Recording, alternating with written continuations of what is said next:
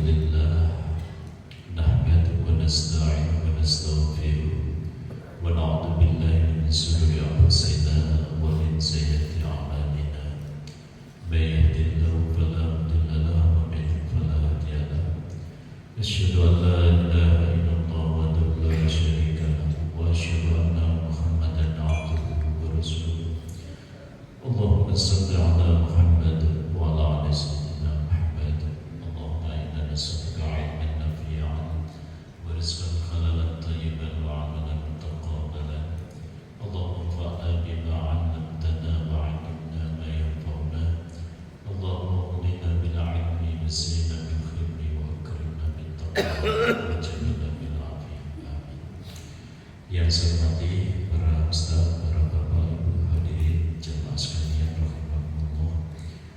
Alhamdulillah wa syukurillah di pagi yang segar, di pagi yang cerah, tidak hujan. Alhamdulillah kita bisa ketemu dalam kajian tematik di waktu subuh atau pada subuh ini.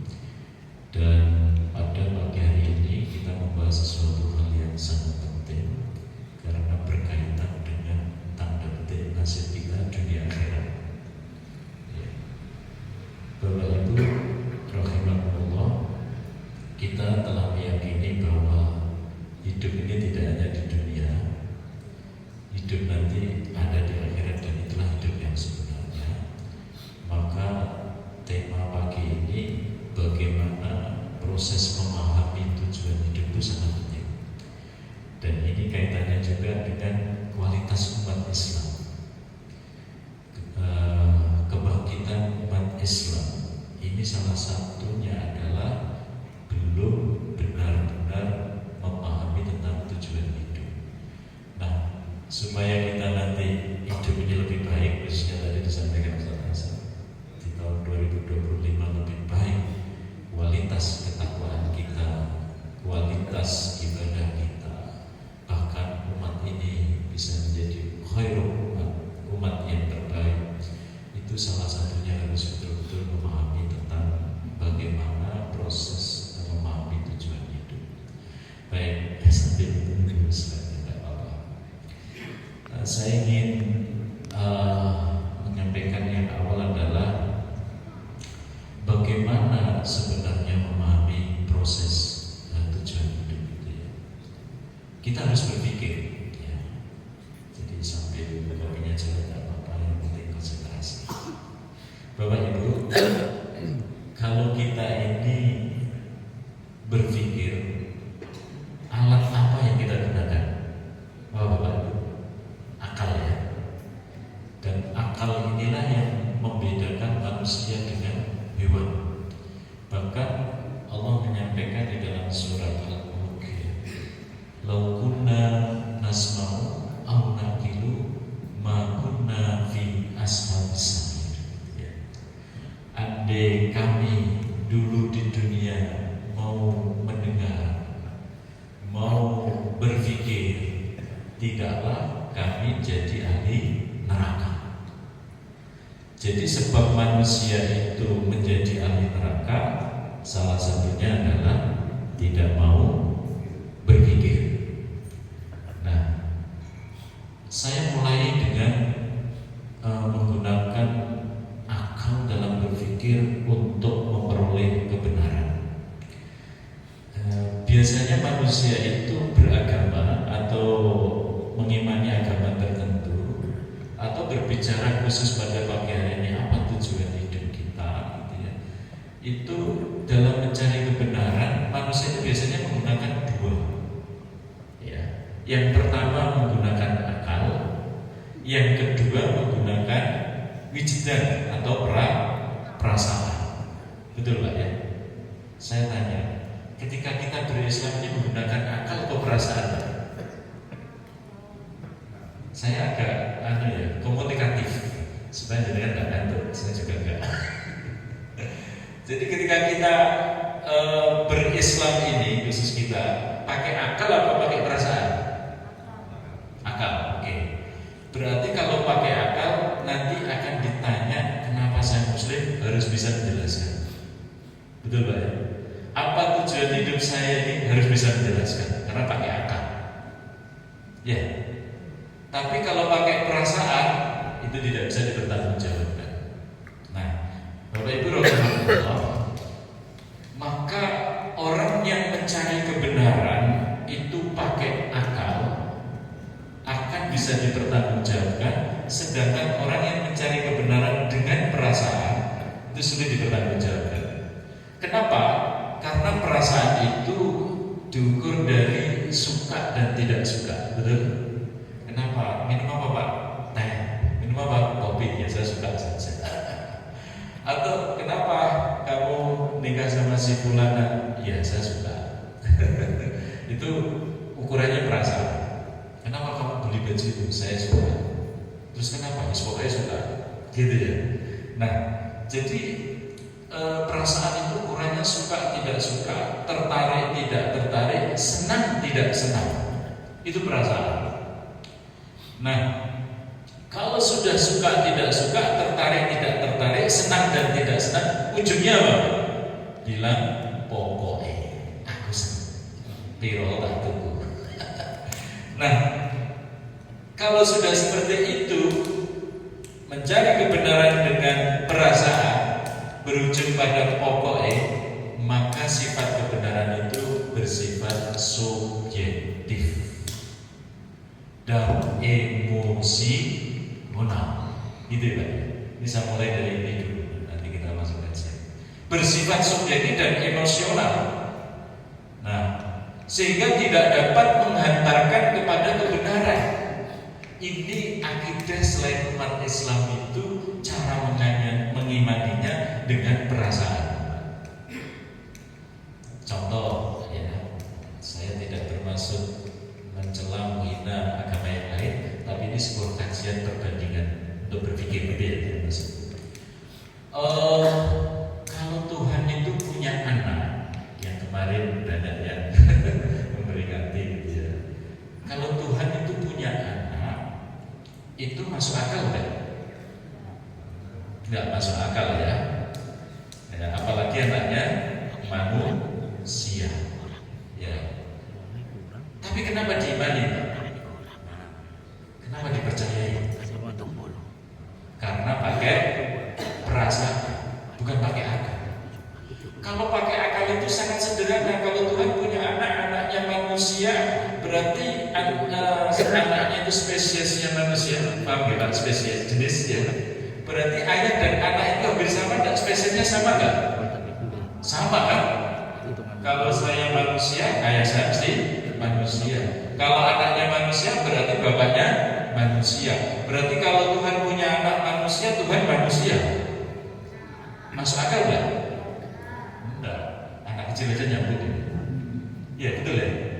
Kalau anaknya manusia, berarti ayahnya manusia. Berarti kalau Tuhan punya anak manusia, Tuhan berarti manusia. Kan begitu logikanya. Nah, ini masuk akal nggak? Kenapa diimani? Kenapa diimani? Karena pakai perasaan. Sehingga kalau Anda tanya tentang keimanan agama yang lain itu pasti berujung pada pokoknya kamu takut. Apa begitu Pak faktanya? Betul kan? Iya betul. Jadi pokoknya berujung pada pokoknya, mungkin dimatikan. Jadi pakai perasaan. Nah, kalau kita mencari kebenaran pakai akal, ya, pakai akal itu berarti harus dibangun dengan cara berpikir. Kalau dengan cara berpikir itu dibangun dari argumentasi, ada alasannya. Kalau dibangun argumentasi dibangun argumentasi lagi sampai argumentasi yang mendasar, ya, sampai argumentasi yang mendasar, maka itu dipertanggungjawabkan secara akal dan itu bersifat objektif. Saya tanya begini, 2 tambah 2 itu berapa? 4. Kafir dan iman jawabannya 2 tambah 2 berapa? 4. Itu namanya objektif. Gitu lah. Gula rasanya manis, itu objektif enggak?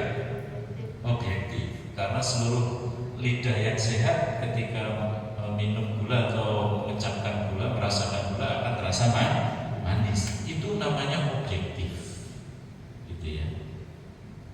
Jadi itu namanya objektif. Nah, berpikir menggunakan akal di dalam mencari kebenaran akan bersifat objektif kebenarannya dan menghantarkan kepada kebenaran. Itulah Islam.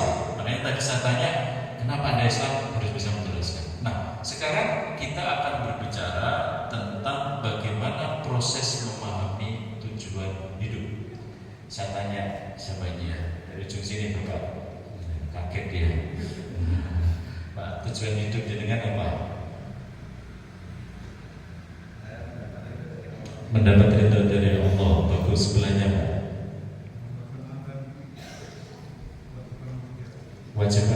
Wajiban manusia apa? Beribadah. Nah, itu Bapak. Masuk surga tujuannya. Bapak. Belum punya tujuan hidup. Sudah mau mati loh Pak. Gimana Pak? Oh, masuk surga sama ya? Saya bentar, Mas ini baju biru. Si banter masuk surga. Bapak sudah sepuh. Apa Pak? Masuk surga. Saya ujung sini. Bapak putih, baju putih.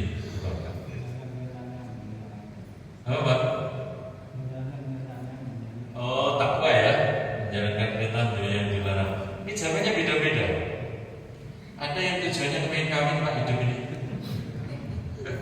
Loh, ada loh, akan pakai psikologi itu manusia itu homo libido, jadi hidup ya menyalurkan libido, jadi suka kawin. Ada yang tujuannya mencari makan, ada yang tujuannya pengen tenar, ada yang tujuannya pengen kekayaan dan seterusnya dan seterusnya. Nah,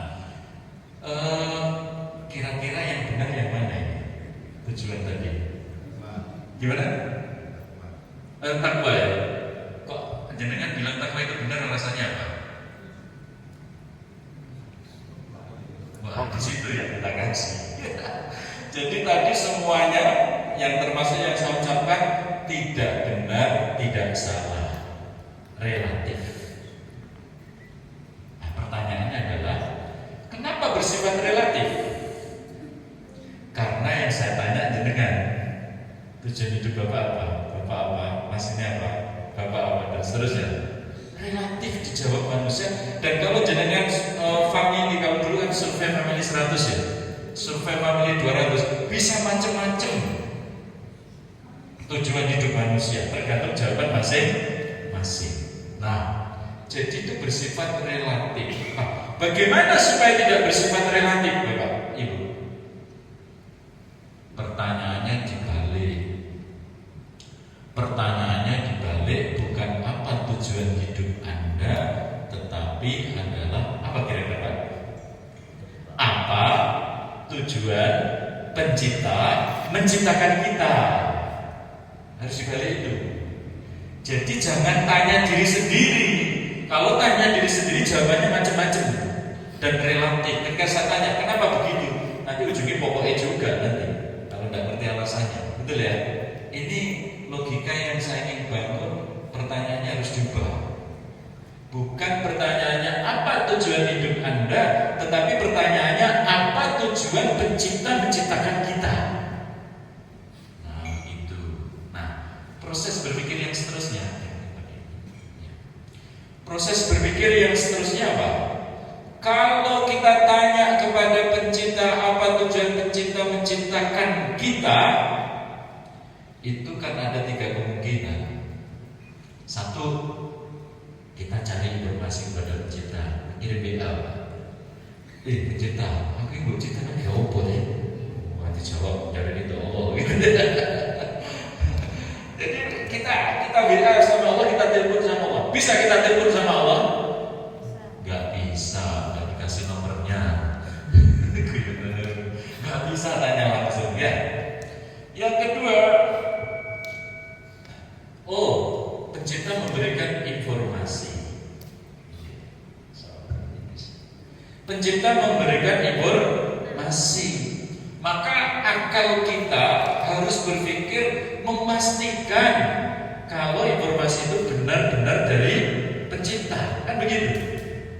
Karena banyak yang mengaku ini informasi dari pencipta, sementara yang diinformasikan bukan dari pencipta. Contoh, apa semua kitab suci itu berasal dari pencipta? Betul Pak? Berasal dari pencipta semua kitab suci yang ada di imani berbagai agama ini? Tidak. Tapi ngaku dari pencipta kan? Ngaku dari Tuhan kan? Di situ.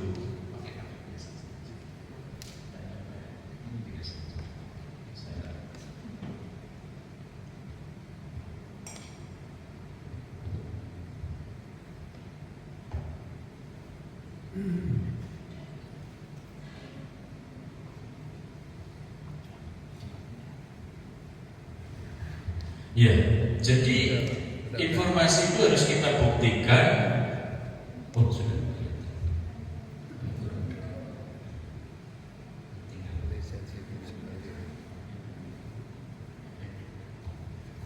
Jadi informasi itu harus kita buktikan bahwa itu benar-benar dari pencipta. Coba kalau saya kemungkinan yang ketiga, bagaimana kalau pencipta tidak memberi informasi? Apa implikasinya? Apa dampaknya kalau pencipta nggak memberikan informasi? Apa? Ini tak ajak berbiasa berpikir ya, karena memang harus mikir. Apa dampaknya kalau pencipta nggak memberikan informasi? Tujuan pencipta menciptakan kita. Dampaknya adalah kita bebas hidup ini. Betul ya? Karena nggak dikasih tahu. Saya ini ciptakan untuk apa, saya nggak dikasih tahu, sehingga saya sakar diri. Dan itu sah-sah saja. Tapi ternyata pencipta itu memberikan informasi. Nah, berita dari pencipta memberikan informasi diberitakan siapa? Para pinter sekali ya, aja nyambung. Sambil tidur bisa jawab apalagi mulai. Jadi diberitakan para nabi dan rasul yang diutus pencipta untuk menyampaikan wahyu dari pencipta. Berarti informasi itu pasti ada.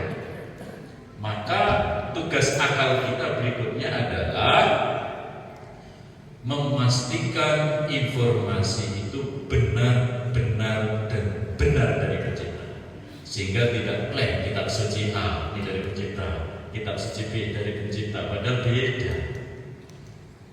Nah, Bapak Ibu rahimahullah. Nah, sekarang informasi yang kita terima dari pencipta yang mau kita kaji informasinya apa? Nah, itu sudah. Apa kira-kira? Yaitu Al-Quran kan? Betul ya? Nabi yang terakhir, wahyu yang terakhir itu Al-Quran. Nah, jadi Bapak Ibu rahimahullah, maka tinggal kita membuktikan Al-Quran itu benar-benar dari Allah atau enggak. Ya, ini yang mau kita kaji. Al-Quran itu kita buktikan dulu benar-benar dari Allah atau enggak.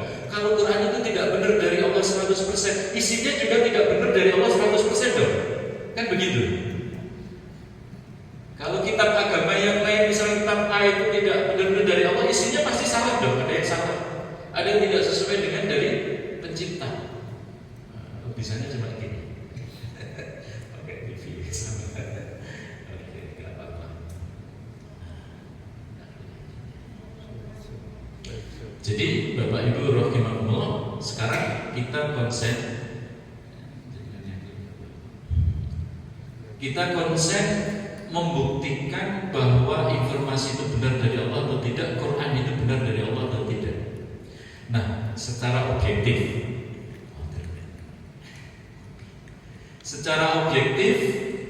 ya, semua mengakui apa yang orang kafir, orang beriman yang akalnya sehat sepakat tentang Quran, Pak. Apa? Bahwa semua orang itu sepakat tentang satu, tentang Quran. Itu apa? Apanya? Agak sulit ya. Saya sambung. Quran itu disepakati semua manusia baik iman maupun kafir, yaitu adalah Quran itu berbahasa Arab. Betul ya? Apakah orang kafir percaya Quran berbahasa Arab? Percaya. Nah, kalau Quran itu berbahasa Quran itu berbahasa Arab ada 3 kemungkinan. Yang pertama, Quran itu karangan orang Arab, tidak mungkin karangan orang Jawa, karena tidak bisa berbahasa Arab. Ini akal yang berpikir.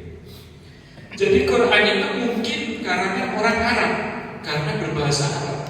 Yang kedua, Quran itu mungkin karangan Nabi Muhammad karena secara faktual, secara bersirah yang menyampaikan Quran itu adalah Nabi Muhammad. Itu bisa diindra langsung dulu, bisa didengar oleh kafir Quraisy, terutama orang-orang kafir Quraisy saat beliau masih hidup bersama-sama mereka. Mereka itu mengakui Quran yang menyampaikan Nabi Muhammad, baik yang iman maupun yang kafir. Itu fakta. Nah, jadi kemungkinan yang kedua Quran karangan Nabi Muhammad, kemungkinan yang ketiga Quran itu berasal dari pencipta yang kita sebut dengan Allah. Nah, sekarang akal menimbang, Pak. Sehingga nanti jenengan kalau ditanya, kitab suci Quran kok wis bener dah? Ini di YouTube kan pas perang-perang begitu pemikiran banyak sekali. Umat Islam harus ngerti, gitu ya. Jadi kamu orang Islam, kamu percaya Quran itu benar, apa buktinya? Nah, itu harus bisa buktikan. Dan saya siap membuktikan itu. Dan saya siap membuktikan kitab yang lain. Saya tanya, kalau tidak bisa dijelaskan berarti kitabmu nggak suci. Dengan logika Quran ini. Baik, sekarang kita lanjut ya. Jadi pertama, apakah Quran itu karangan orang Arab? Jawabannya apa, Pak? Ya, betul. Tidak. Kenapa tidak? Kenapa tidak, Bapak Ibu? Karena wahyu ya. Kenapa tidak karangan orang Arab? Faktanya dulu gimana? Nah, faktanya ketika orang Arab kafir Quraisy mendakwa Rasul, menuduh Nabi Muhammad sebagai pengarang Quran, ya, sebagai pengarang Quran, kemudian dibalik itu oleh Rasul dari Gusti Allah. Wahai orang Quraisy, jika kalian menuduh saya ini yang ngarang Quran, coba bikin 10 surat, bikin semisal Al-Quran, sampai terakhir bikin atau buat 1 surat saja yang sekualitas Al-Quran, yang semisal Al-Quran. Wa in kuntum fi raibin mimma nazzalna ala abdina fa'tu bi suratin bimisli wa du'u syuhada'akum min dunillahi in kuntum shadiqin. Jika kalian ragu kalau Quran ini dari Allah yang diturunkan kepada hambanya Nabi Muhammad, tolong buatlah 1 surat saja yang semisal Al-Quran, dalam surat Al-Baqarah, yang semisal saja dengan Al-Quran. Buat 1 surat saja. Ajak semua orang-orang ahli bersair, ahli membuat karya sastra saat itu. Ajak semuanya selain Allah. Pasti Allah bilang fa'ilam taf'alu wa lam taf'alu. Kalian tidak akan mampu dan tidak akan pernah mampu. Bahkan sampai sekarang, para jamaah rahimahumullah, seluruh profesor bahasa Arab di dunia dikumpulin sampai sekarang, membuat 1 surat saja semisal Al-Quran tidak bisa, walaupun cuma surat yang 3 ayat inna lainnya. Kesimpulan akal gimana? Quran pasti bukan karangan bangsa Arab. Sampai sini sudah oke, Pak. Nanti diulang-ulang lagi, ada videonya bisa diulang-ulang lagi. Jadi bisa dipastikan Quran bukan karangan bangsa Arab, Quran bukan karangan manusia. Karena sampai detik ini seluruh umat manusia yang ahli bahasa Arab dikumpulkan untuk saling tolong menolong, menciptakan, menulis, membuat semisal 1 surat saja Al-Quran tidak mampu. Secara akal bisa memastikan Quran bukan karangan bangsa Arab atau karangan manusia. Kira-kira kalau kitab yang lain dikarang bisa nggak? Bisa. Tapi yang karang tak tanya kenapa kamu begitu, karena ada yang mengimani, kenapa kamu imani ini? Gak bisa jelasin. Hanya Islam yang bisa jelasin kitab suci. Oke, baik. Berarti kemungkinan pertama Quran berbahasa Arab itu dikarang orang Arab batil, salah secara pasti. Nah, akidah itu pasti loh Pak. Gak boleh ada keraguan 0% pun. Itu keimanan, harus pasti. Pasti salah atau pasti benar. Itu akidah. Tapi nih masalah hukum syara nanti bisa dugaan kuat. Ya, kunut syukur dan kunut wudu itu terjadi ikhtilaf karena itu dugaan kuat. Si kunut ya boleh, tidak kunut juga boleh karena itu ikhtilaf. Tapi Tuhanmu Allah nggak boleh ikhtilaf ini. Betul ya? Nggak boleh. Tuhanmu Allah nggak boleh beda pendapat itu. Quran itu benar salah, nggak boleh beda pendapat itu. Nanti ada hari kiamat apa nggak boleh beda pendapat itu. Ya. Tapi kalau masalah hukum syariah yang itu memang wilayah ikhtilaf, ada berbeda pendapat karena dalilnya tidak pasti benar itu maknanya dan pasti benar itu sumbernya, itu boleh beda pendapat. Tapi masalah kita nggak boleh. Iman nggak boleh, rukun iman beda pendapat. Nah, begitu pentingnya kajian kita. Nah, kemudian yang kedua, apakah Quran itu karangan Nabi Muhammad? Jawabannya secara pasti apa Pak? Alasannya apa? Tidak.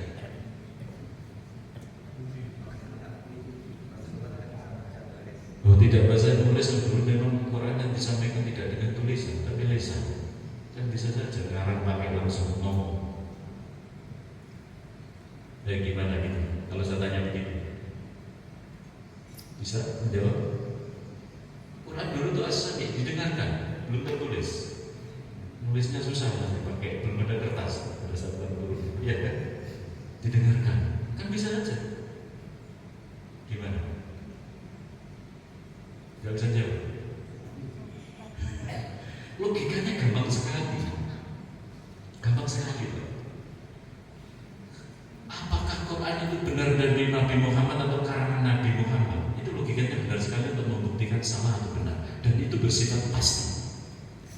Begini kalimatnya. Nabi Muhammad itu orang mana? Orang mana? Orang Arab. Berbahasa Arab. Yang ditantang tadi bikin Al-Quran orang mana? Orang Arab kan? Selama orang-orang Arab bahkan nanti yang terpelajar Nabi Muhammad ini kan, para pakar-pakar syair ya saat itu orang Arab tidak bisa, apalagi cuma satu orang Arab. Selama seluruh orang Arab khususnya dulu kafir Quraisy yang hebat-hebat pandai bersyair, kenapa Quran itu pakai sastra yang tinggi? Karena yang dihadapi Rasulullah itu pandai bersyair. Kenapa Nabi Musa itu mujizatnya mengalahkan sihir? Karena musuhnya Firaun pakai sihir kan? Pengikut Firaun. Kenapa Nabi Isa itu bisa mengobati penyakit bahkan menghidupkan orang mati? Karena pada masa itu yang dihadapi orang-orang tabib. Jadi disesuaikan. Quran itu mukjizat yang dihadapi mereka pandai bersyair. Maka Quran itu punya kualitas sastra yang tinggi yang tidak bisa ditiru manusia. Maka logikanya selama seluruh orang Arab tidak bisa, apalagi cuma satu orang Arab kan sekolah sih. Ya, berarti secara pasti Quran itu bukan karangan Nabi Muhammad. Gitu Pak logikanya. Kalimatnya bisa disusun lebih sederhana. Selama seluruh orang Arab tidak bisa, apalagi cuma satu bagian dari orang Arab, pasti tidak bisa. Contoh logika di sini, kalau 10 orang pinter di Surabaya tidak bisa, apalagi cuma saya. Itu logikanya, sama kan? Nah, berarti akal akan memastikan kalau Quran itu pasti bukan karangan Nabi Muhammad. Tidak nyambung. Oke. Maka yang benar kemungkinan yang ketiga, bahwa Quran itu adalah kalamullah. Quran itu firman Allah. Quran itu wahyu dari Allah. Itu secara pasti. Coba cari kemungkinan yang keempat. Ada nggak? Susah kan? Satu, kemungkinan pertama karangan bangsa Arab batil. Dua, kemungkinan yang kedua karangan Nabi Muhammad batil. Tiga, berasal dari Allah sebagai wahyu Allah. Itu yang pasti benar. Kemungkinan yang keempat, Rasulullah belajar dari orang non-Arab, gak mungkin bahasanya Arab. Itu pun ada dalam Al-Quran, tidak seperti itu. Dan kita sudah bisa pastikan dengan akal kita Quran itu berasal dari Allah, ya. Maka kalau kita berbicara bagaimana proses memahami tujuan hidup itu, kita tanya kepada pencipta, apa tujuan pencipta menciptakan kita, sehingga jawaban itu pasti benar, harus bersumber informasi dari pencipta. Informasi dari pencipta berupa dari Al-Quran. Maka yang kita lakukan apa? Buka Al-Quran sekarang, kan? Lebih enak tuh. Buka Al-Quran. Ayat-ayat yang berkaitan memberi informasi apa tujuan pencipta menciptakan manusia. Begitu prosesnya, Pak. Sehingga kalau tanya tadi dari Allah, untuk ibadah, untuk ini bisa dipertanggungjawabkan, ya. Nah, sekarang sudah ada gambaran Pak bisa mempertanggungjawabkan. Sudah, ya, masuk. Jadi tugas kita adalah tadi membuktikan informasi itu benar-benar berasal dari pencipta. Sehingga kalau sudah pencipta memberi informasi, maka valid, fix, benar informasi itu pencipta menciptakan kita tujuannya apa, jadi benar 100%, tidak ragu-ragu lagi. Itulah iman. Nah, semua sudah hafal, ya. Apa tujuan pencipta menciptakan kita, Pak? Pojok. Nyambung. Itu salah satu ayat. A'udzubillahi minasyaitonirrajim. Wa ma khalaqtul jinna wal insa illa liya'buduni. Ayatnya ada yang memberi informasi itu, kan, tentang tujuan penciptaan ini. Ya, kan? Bapak Ibu, mari kita kaji sebentar maknanya yang sebenar-benarnya supaya banyak mendalam maksud saya. Wama, kalau terjemahnya wama khalaqtul jinna wal insa illa liya'buduni, dan tidaklah aku menciptakan jin dan manusia kecuali untuk beribadah. Kan itu. Nah, di situ Bapak Ibu ada kata wama diakhiri dengan illa, itu manafi. Wama khalaqtul jinna wal insa, aku tidak menciptakan jin dan manusia. Kalau itu titik, itu berarti bebas manusia berbuat. Aku tidak memberikan maksud apa-apa menciptakan jin dan manusia, gitu ya. Oleh karena ada harfun istilah yaitu illa, kecuali, itu sama dengan la ilaha illallah. La itu nafir, illa itu jadi harfun istilah. Artinya apa? Tidak ada ilah selain Allah. Kalau tidak Allah bukan ilah, hanya Allah saja sebagai ilah sesuatu. Itu maknanya, kan? Ini juga sama, wama khalaqtul jinna wal insan illa liya'budun, bahwa Allah tidak menciptakan jin dan manusia itu tidak punya tujuan apa-apa. Titik. Kalau itu tidak ada ilah. Tapi karena ada ilah, illa liya'buduni, kecuali untuk beribadah kepadaku. Jadi tujuan hidup kita ini, kalau ditanya apa tujuan hidup Anda, tujuan hidup saya sebagaimana yang diinformasikan Allah kepada saya melalui Al-Quran, wa ma khalaqtul jinna wal insa illa liya'budun. Cara jawabnya begitu. Bukan karpe dewi-dewi tadi. Bukan jawaban manusia versi manusia sendiri, tapi versi jawabannya harus berasal dari pencipta. Dan informasi sudah kita buktikan itu benar-benar dari pencipta. Nah, ngaji begitu. Sehingga kita berislam itu tidak ragu-ragu lagi. Maka ayat ini bisa diterjemahkan dengan mudah untuk dipahami. Hanya dan hanya Allah menciptakan kita untuk beribadah. Itu saja. Tidak untuk yang lain. Ini kalau kita masuk di hati kita, di akal kita, oh berarti setiap detik hidup saya harus bernilai ibadah di hadapan Allah. Kalimat ini dipakai, Pak. Nanti kalau selamat. Berarti setiap detik hidup saya dikasih umur Allah, kesempatan hidup di dunia ini harus bernilai ibadah. Ibadah itu apa? Dia berikan definisi ta'atun kamilan wa khudun mutlaqan anil abdi ilal ma'bud. Ta'atun kamilan, taatnya sempurna. Wa khudun mutlaqan, tunduknya mutlak. Jadi nek karo pencipta, kalau kita dengan Allah itu taatnya harus sempurna. Tunduknya harus mutlak.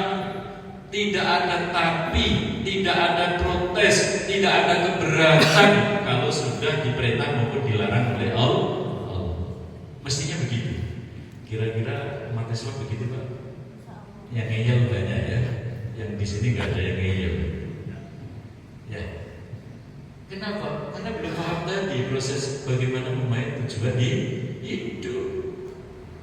Jadi kalau kita sudah tahu secara pasti fik benar hidup ini untuk beribadah sebagaimana yang Allah yang informasikan dalam surat Ad-Dariyat 56 tadi, maka mari kita berusaha setiap detik hidup ini untuk ibadah, bernilai ibadah.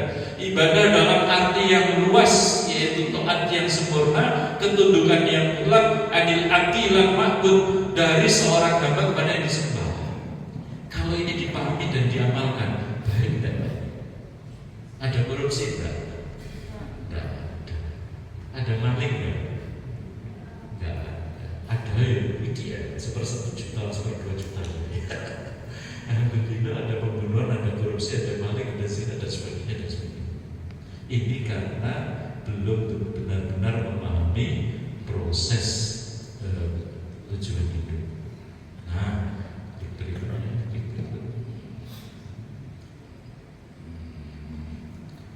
nah, kemudian ayat yang lain itu ibadah ya. Ayat yang lain. Kalau ini dikembangkan di dalam fakta masyarakat banyak yang tidak beribadah. Padahal niatnya ibadah, tapi sebenarnya tidak ibadah. Maksiat itu banyak. Tapi saya tidak bahas kesana dulu karena berlebihan. Ayat yang kedua yang berkaitan dengan informasi dari pencipta tentang tujuan penciptaan, yaitu dalam surat Al-Baqarah ayat 30. A'udzubillahi minasyaitonir rajim. Wa idh qala rabbuka lil malaikati inni ja'ilun fil ardi khalifah, dan ingatlah ketika Tuhanku berkata kepada malaikat, berfirman kepada malaikat, sesungguhnya aku akan menjadikan khalifah fil ard. Gitu ya. Kita ini khalifah semua. Khalifah fil ard. Di dalam tafsir As-Suffatul Tafsir Al-Subani yang saya baca, khalifah di situ maknanya adalah yahlufuni fitan fiti akami fiha. Jadi khalifah itu adalah, karena makna bahasa khalifah itu bisa bermakna wakil, bisa bermakna orang yang datang setelahnya, majal atau ya. Maka ayat ini ditafsiri disimpulkan oleh Al-Subani itu, beliau Al-Subani, yahlufuni fitan fiti akami fiha, yaitu sebagai wakil Allah di dalam mengatur dunia ini dengan hukum-hukum Allah. Itu maknanya. Itu kan klop dengan ibadah.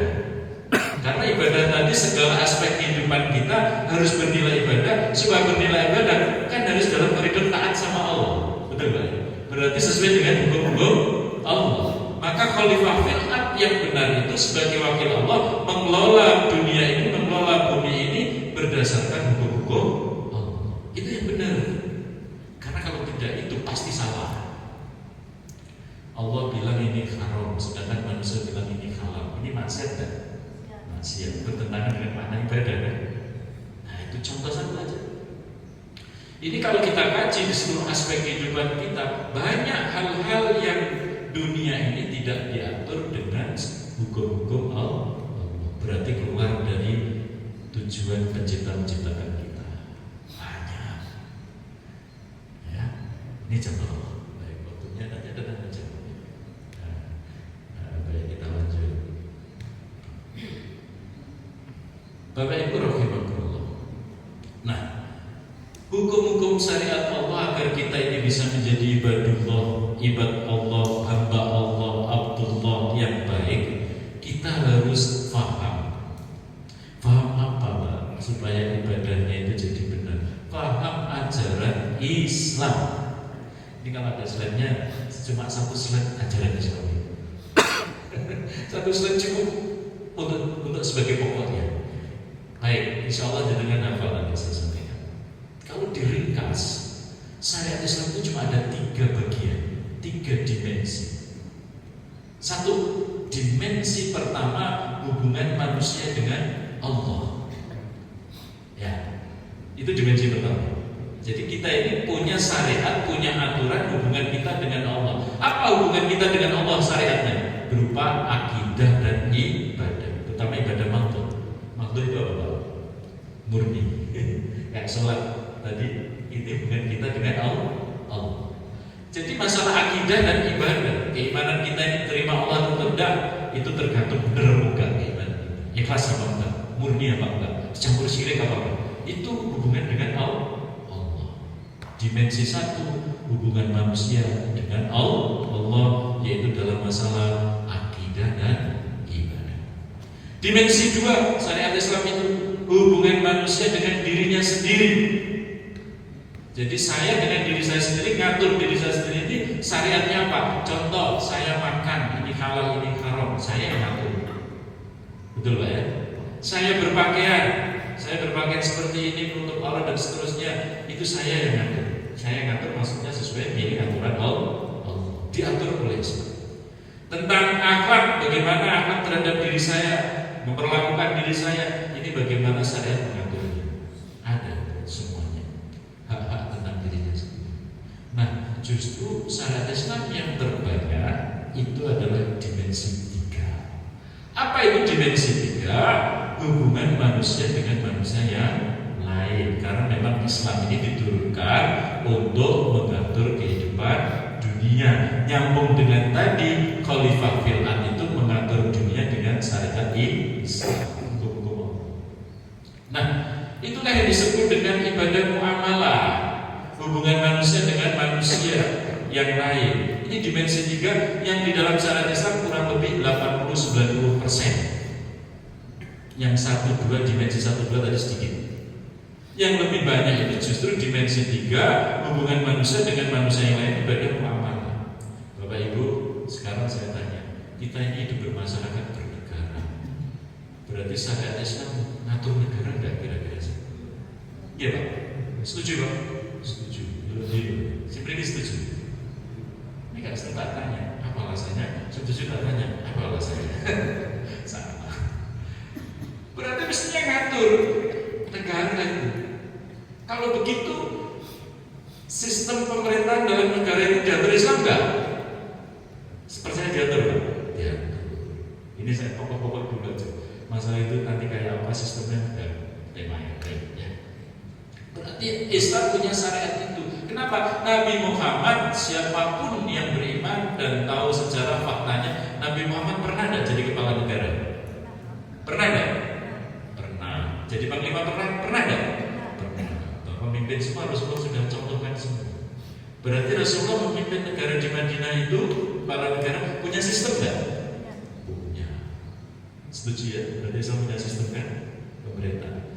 Kalau ada sistem pemerintahnya memenuhi kebutuhan rakyat, pasti ada sistem apa Pak namanya? Ekonomi. Islam ngatur enggak sistem ekonomi? Ngatur. Sekarang jurusan perkuliahan, jurusan Islam ada sistem ekonomi Islam. Ngatur sistem ekonomi Islam. Kemudian kalau hidup bermasyarakat, bernegara ini berinteraksi sosial antara masyarakat, hubungan laki perempuan, Islam ngatur enggak? Hubungan bagaimana pertemuan lawan jenis ini? Ngatur. Berarti punya nizamul ijtima, nizamul sosial, hukum pengaturan sosial. Punya. Kalau Islam ini ada kriminalitas, hidup bermasyarakat dan bernegara, Islam punya aturan pidana enggak? Punya. Punya ya? Punya. Kalau Islam ini harus melahirkan generasi-generasi yang takwa, Islam punya sistem pendidikan enggak? Kalau Islam ini punya negara berhubungan dengan negara-negara lain, Islam punya politik luar negeri tak? Punya. Itulah apa ajaran Islam itu lengkap.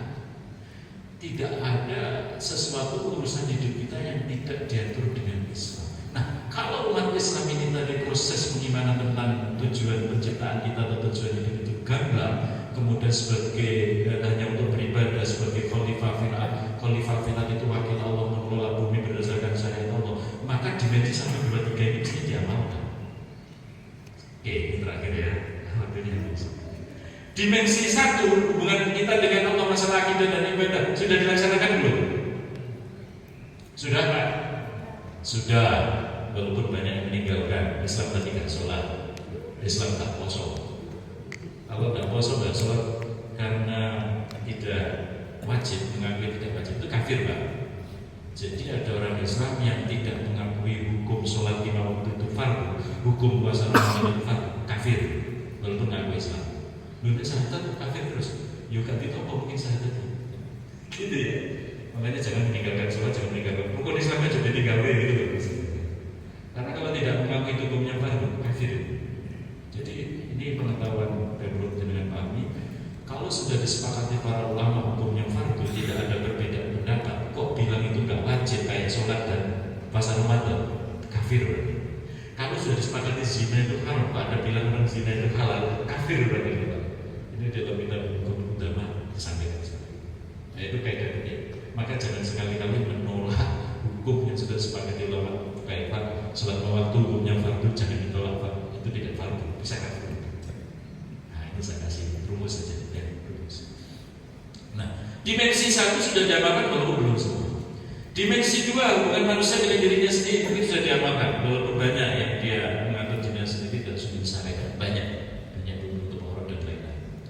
Dimensi 3 saya tanya, sistem pemerintahnya sudah diamalkan Pak? Belum. Sistem ekonominya sudah diamalkan? Belum. Sebagian kecil apa ya? Sudah ya. Jual beli aja ya. Itu pun banyak jual beli yang tidak sesuai dengan syariat.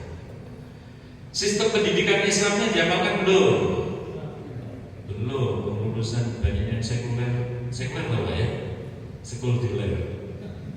Sekuler itu fasilitas anil khayal, memisahkan agama dari kehidupan, agama dahulu dari kehidupan, diatur sendiri. Itu demokrasi itu sekuler. Sistem pidana Islam, KUHP-nya sesuai dengan Islam? Tidak, malah warisan penjajah diubah ini. Maka sekarang ada pasal tentang yang dilakukan tahun 2006 ya, 2026 ada pasal-pasal yang itu membahayakan dakwah umat Islam, bisa dikriminalisasi. Ya, ini memang pesanan dari penjajah dari Tuhan. Baik, jadi dimensi 3 ini belum diamalkan semua sehingga 80% hukum Islam tidak dilaksanakan. Kita tujuan hidup ini diciptakan untuk beribadah, belum sempurna ibadah kita.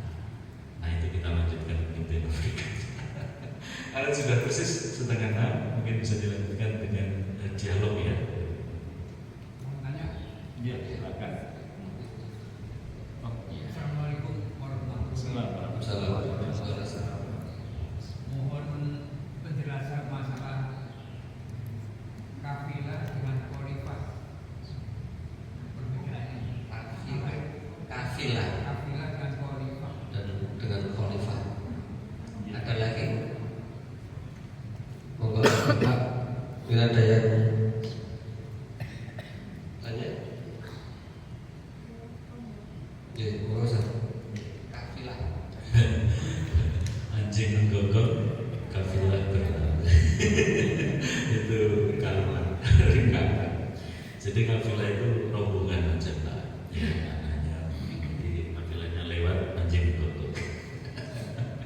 Rombongan saja. Sedangkan khalifah, kalau tadi di dalam tafsir Al-Baqarah 30 itu karena berkaitan dengan penciptaan manusia, maka manusia ini sebenarnya diciptakan Allah sebagai wakil Allah, mengelola bumi ini untuk menerapkan hukum Allah, perintah dan larangan Allah dilaksanakan, takwa tadi.